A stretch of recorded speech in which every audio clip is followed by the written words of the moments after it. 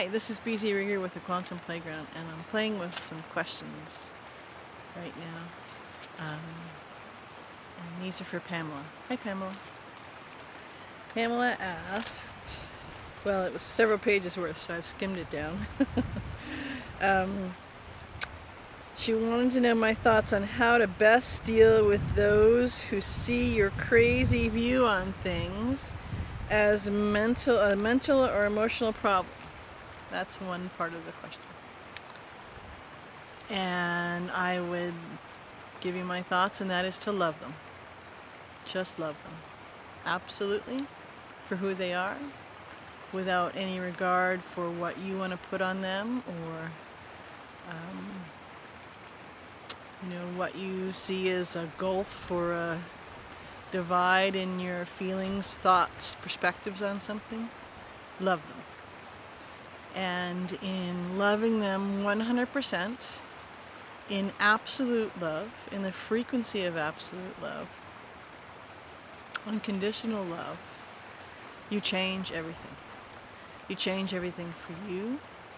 You align your energy frequency signature to love absolute.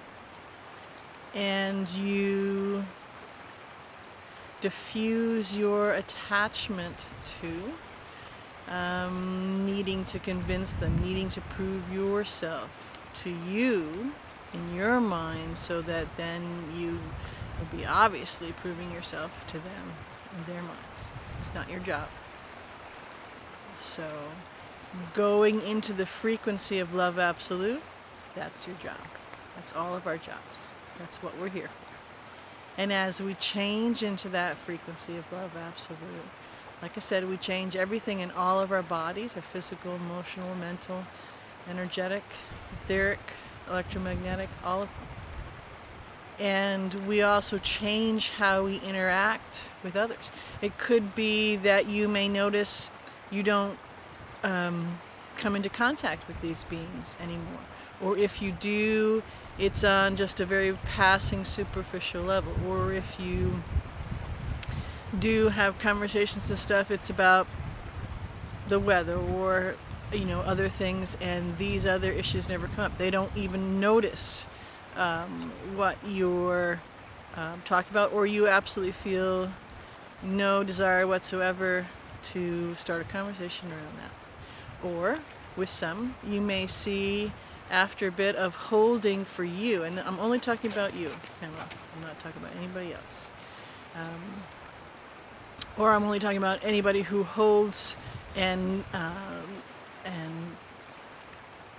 gets in the rhythm and the flow of the river of love and absolute love. When you do that,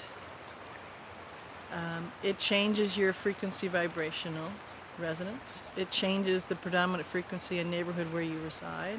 It changes your dimension where you reside, because you are the dimension. And you may notice as you get better and better and better at holding that, residing firmly in that energetic frequency, that others, and they may be some of these others that you were referring to and what you wrote to me, that they shift how they're connecting with you, that you have transmitted, you've been the transmitter with your own practice of holding that frequency for you, not to sell it to anybody else, just to hold it for you, that they've felt that, they've touched that, there's been a commingling of those frequencies within them, and it has offered them the opportunity of a choice point, and they have begun to choose to open up and expand from their decisions to do.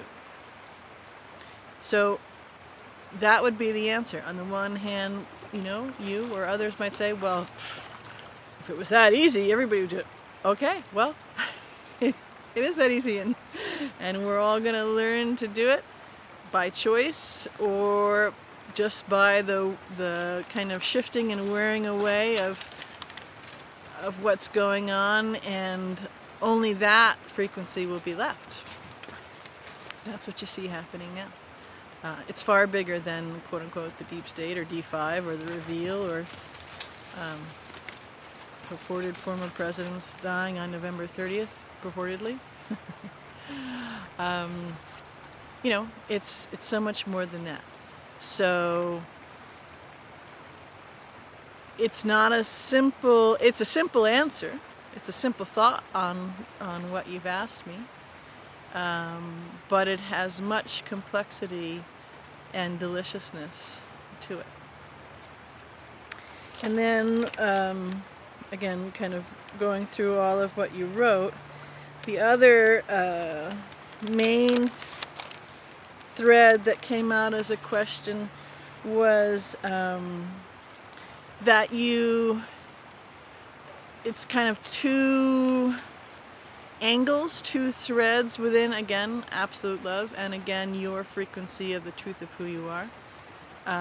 But you have, you mentioned your dog Buddy, who's no longer in physical form, and that when you think of him, it makes you, quote unquote, sad. And I'm going to say the other part for a minute here, and then I'll dive into each of them separately. And then the other thing that you mentioned along those lines is when you encounter beings that seem to be awake and aware, that there seems for you to be a connection to them. It seems that this comes in particular when you're in either directly physically standing next to them, or there's more of a direct communication, maybe you know, a direct email or kind of an in-the-moment social media interaction. That for those instances, again, you get find yourself being great swells of emotion flowing up, and I read the energy of that being characterized as jubilant emotion. So, okay, so we'll take them one at a time. Hi, Key. So, with Buddy, part of what you know, I feel through when you say that is that when you were with Buddy, when you had that interaction, you were much more effortlessly flowing in, holding the frequency vibration of the truth of who you are, of an expansive nature. And so when he, quote unquote, is no longer there, and you think of him, it's sad. The sadness is related to the perceived, and that's important, the perceived loss for you of the ability to have that connection of that flow of your expansiveness. So, I'm not sure I can say that exactly the same again, but play the video back and have me repeat it. Because that's what whether it's you know, an animal friend or a human being or other things, when there is that feeling, that's because there were parts of our connection with those beings that there was that true flow of energetic frequency and the bandwidth that we were holding, that we touched all of who we were, the extent, the magnitude. We touched the source within us. Is a simple way to say it. And so the perceived, quote unquote, sadness is the again, these are linear words and not at all accurate, but the missing of that connection. So Buddy may not be standing next to you that you can pet him or throw a ball or whatever it is, but he's right here. And it could be that the two of you had decided that at this juncture he would transition, and then he would help with your rediscovery, your reawakening to your ability to connect in a much more multidimensional way. So connect with him. Be with him.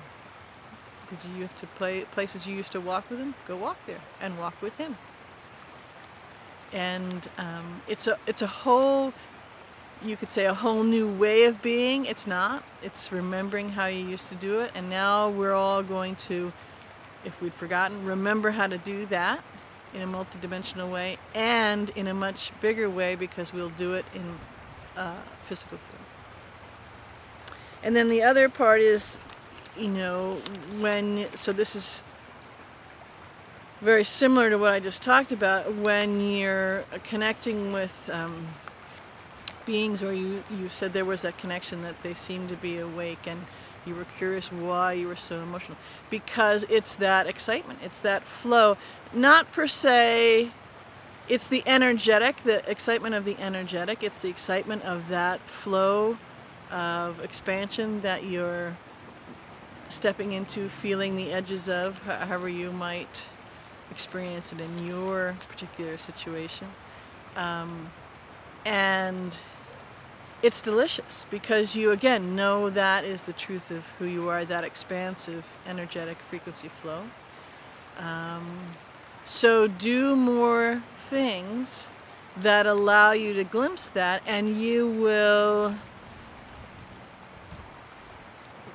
have more remembering of that flow, more linear, quote unquote, awareness of that flow.